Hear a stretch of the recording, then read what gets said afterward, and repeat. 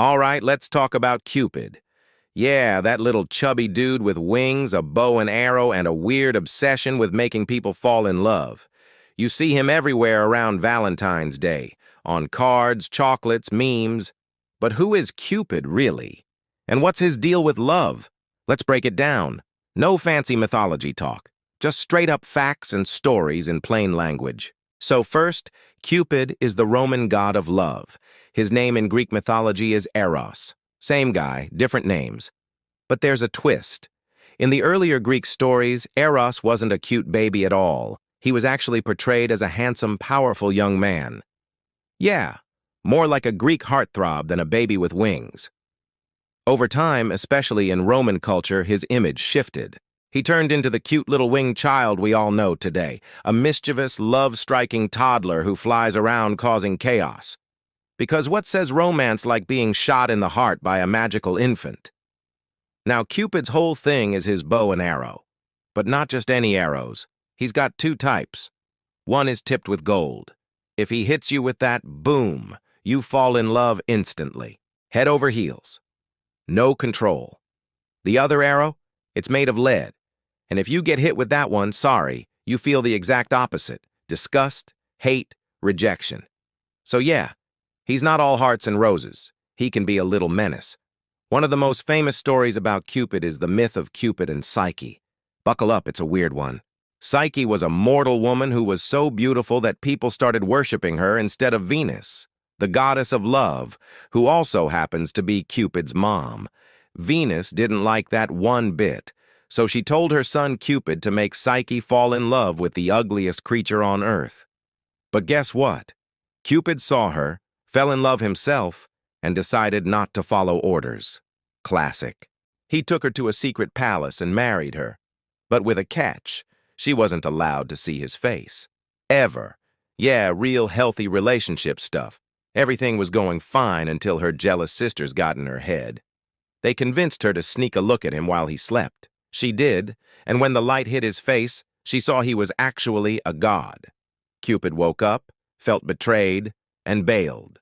Long story short, Psyche went on a whole journey to win him back. She had to go through a bunch of impossible tasks, deal with Venus, almost died, and finally earned immortality. She became a goddess, and she and Cupid lived happily ever after. Wild, right? But underneath all that drama, the stories about trust, love, jealousy, and redemption. Stuff that still hits today. Quick pause right here. If you're enjoying this kind of story and want more fun takes on mythology, love, or history in general, hit that like button and subscribe. It helps a ton and lets me know you're into this kind of content. All right, let's keep going. So, back to Cupid. Why do we see him everywhere around Valentine's Day? That whole Valentine vibe, hearts, roses, cheesy cards, it's all about romantic love. And Cupid, as the god of desire and affection, just became the poster child for it. Over the centuries, artists, poets, and companies kept using his image. Cute kid, wings, arrows, perfect for selling the idea of falling in love. Even Shakespeare referenced him. In plays like A Midsummer Night's Dream and Romeo and Juliet, you see hints of Cupid's influence. Love at first sight, forbidden romance, love potions, it's all very Cupid-esque. And then came the cartoons and commercials.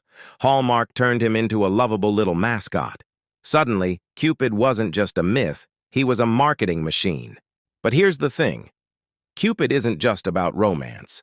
His arrows stand for desire, for passion, for that instant, illogical connection we sometimes feel with people. He represents how love can be both beautiful and messy, how it can lift you up or knock you down, how it's not always fair. Sometimes you get hit with the gold arrow, sometimes the lead. Also, let's be honest, Cupid's kind of symbolic of how unpredictable love is. You don't get to choose who you fall for. You don't always know why. It just happens, like getting randomly struck by a flying baby with archery skills. And depending on your view, that's either romantic or mildly terrifying. Now, over time, Cupid has also been connected to concepts beyond romantic love. People have used him in art to show temptation, desire, and even chaos. He's cute, but don't be fooled. He's powerful. He's the reason Helen fell for Paris. Why Romeo went after Juliet. Why your friend still texts their ex. Cupid moves in mysterious ways. Let's talk a bit about how different cultures handle this whole love god thing. In Hindu mythology, there's Kamadeva, who also carries a bow made of sugar cane with arrows of flowers. Similar vibes. In Norse mythology, love is more abstract, not tied to one figure. And in modern times, we've basically turned dating apps into our own version of Cupid. Swipe right, get struck. But here's a question. Is Cupid real? Of course not literally. But in a way, yeah. He's a metaphor. A symbol for how love can hit you out of nowhere. How it can be irrational, intense, and transformative. We've all been hit by Cupid's arrow at some point. That moment when you see someone and your stomach drops, or when your brain short-circuits and all you can think about is them.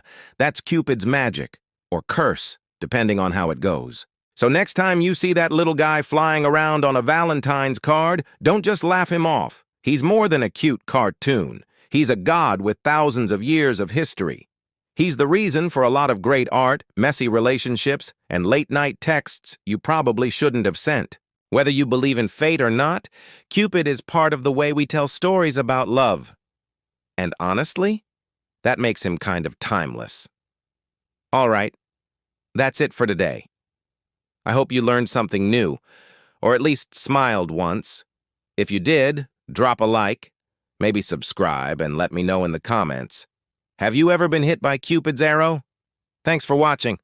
Catch you next time.